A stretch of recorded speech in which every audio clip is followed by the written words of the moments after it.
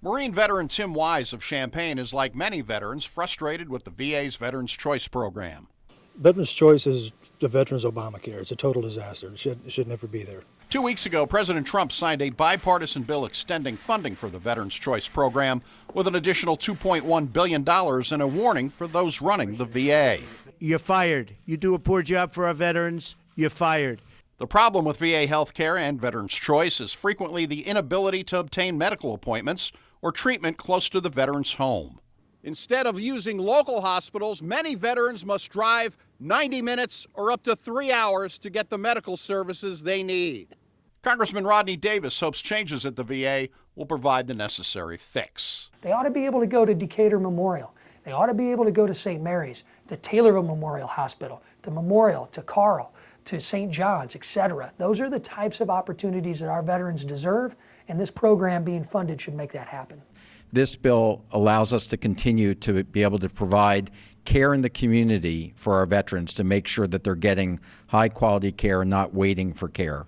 Simply getting an appointment at a VA facility is often a hassle with days or weeks of delays. It took over 3 months to get one appointment done for a rotator cuff surgery on my shoulder.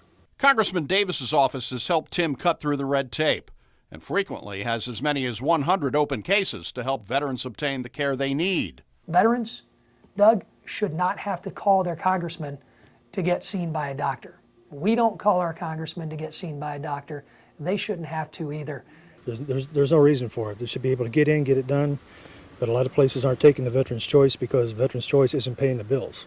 Veterans Choice not paying bills on time kept Tim from getting treatment at a facility in Decatur. I asked if they took the Veterans Choice insurance, and they said that they did not because they hadn't been paid in over a year for the veterans that already got service for. The Veterans Administration will have a short window to overhaul the VA and make additional changes. In the first 6 months of this year, we have authorized over 15 million appointments for veterans in the community.